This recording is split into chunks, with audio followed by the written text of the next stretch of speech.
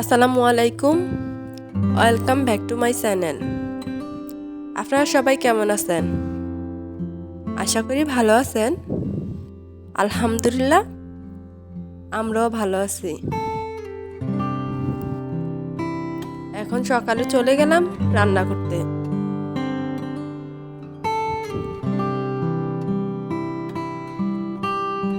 এই তো আজকে রান্না করব হচ্ছে লাউ দিয়ে আলু দিয়ে নিরামিষ,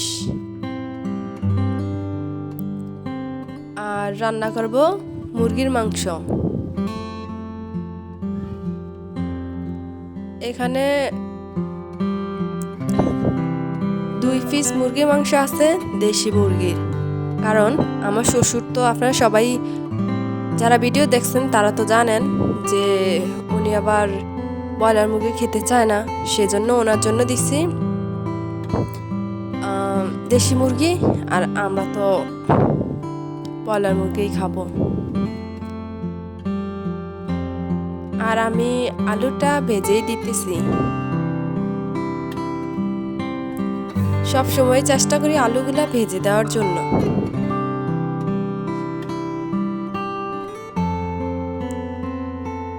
আমি আজকে কয়েকদিন আমার শরীর তেমন ভালো না, সেজন্য আমি 2টা কড়াইতেই তরকারি বসানো হয়। অন্য সময় হয়তো বা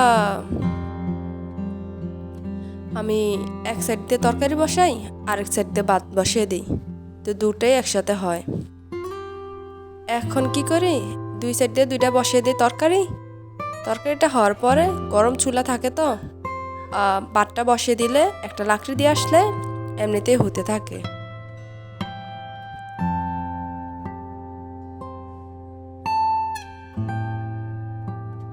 জানি না গ্রামের এই ভিডিও যে করতেছি দৃশ্যগুলা কেমন লাগতেছে আপনাদের কাছে।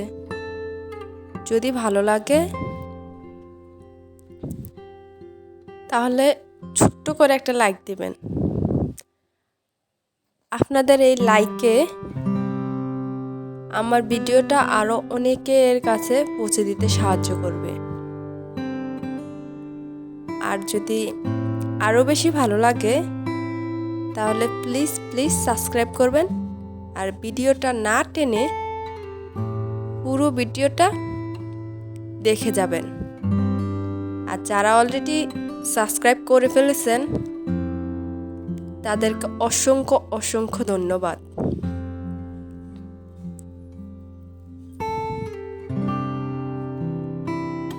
আমি চেষ্টা করি ভিডিও কোয়ালিটিগুলা ভালোই দেওয়ার জন্য।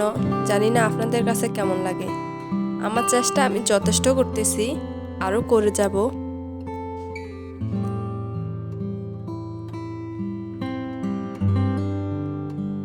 এই তো আমার মোটামুটি কিন্তু রান্না কমপ্লিট।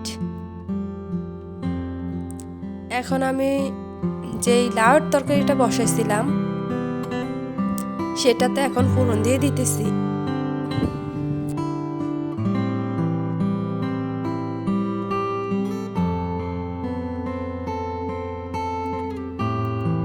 আমি পেঁয়াজটা ব্রাউন কালার করে ভেজে তারপর দিয়ে দিলাম নিরামিষটাতে।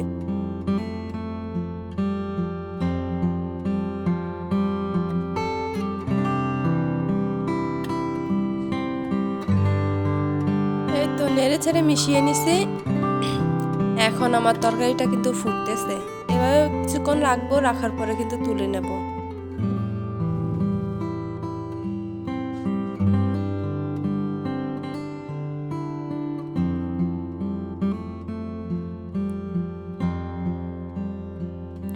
আজকে আমার আব্বু বাড়ি থেকে কিছু ডেওয়া কিনছিল, কেনার পরে আমার জন্য কিছু পাঠিয়ে দিছে। এই তো এগুলা পাঠাইছে আমার জন্য। অনেক বড় বড় ছিল, কিন্তু জানি না ক্যামেরাতে কেমন বোঝা যাচ্ছে। আমি সবগুলো হাজিতে নিয়ে নিছি। চালনিতে নিলে কি হয়, ভালো থাকে আর কি, আলো বাতাসও ভালো করে পায়।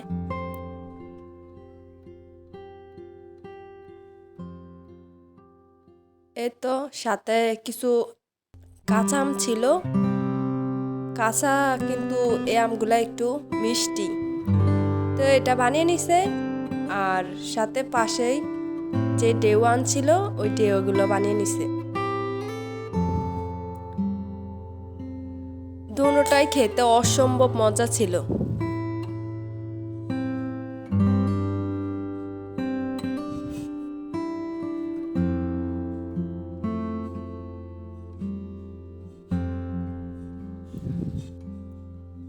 আব্দুল হাসিবের দুষ্টামি ও রাফুর সাথে।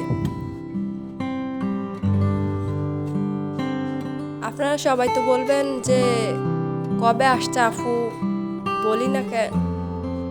আফু চলে গেছিল, যাওয়ার পরে মেবি 3 থেকে 4 দিন, 3 দিন হয়তো থাকার পরে ওনার শরীর ভালো না, সো আবার আসছে। আজকে 3 দিন হবে আসছে, তো ওভাবে আপনাদের সাথে শেয়ার করা হয়নি।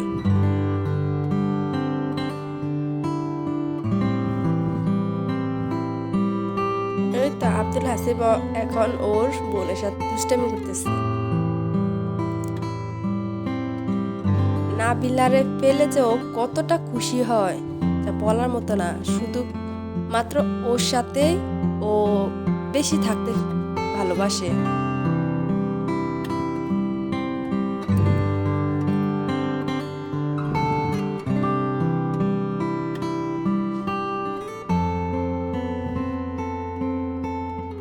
আব্দুল হাসিব তো কারো কোলে যেতেই চায় না নাবিলা যখন থাকে।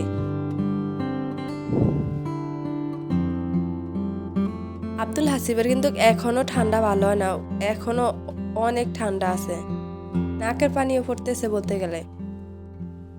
তারপর আব্দুল হাসিব ওর দাদার বলছে যে দাদা আমার জন্য আইসক্রিম আইন, সেই জন্য ওর দাদা 3 জনের জন্যই আইসক্রিম নিয়ে আসছে। তা এখন নাবিলা খুলে দিছে।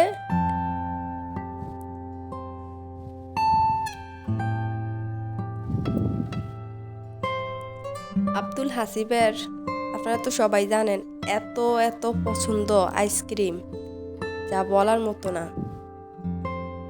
কেউ যদি বলে যে আব্বু তোমার জন্য কি আনবো, বা আব্দুল হাসিব তোমার জন্য কি আনবো, আমার জন্য আইসক্রিম নিয়ে আসবা। আর যদি বলে কয়টা আনবা, বলবো যে 3টা।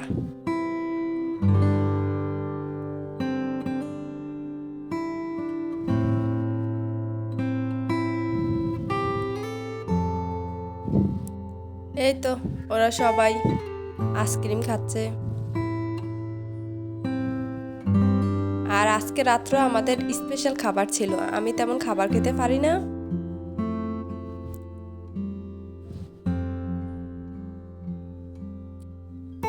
সেজন্যই বিশেষ করে আজকে আবার ফ্রাইড রাইস রান্না করছে, অসম্ভব টেস্ট হয়।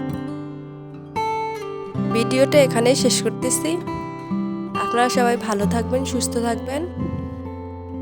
আল্লাহ হাফেজ, আসসালামু আলাইকুম।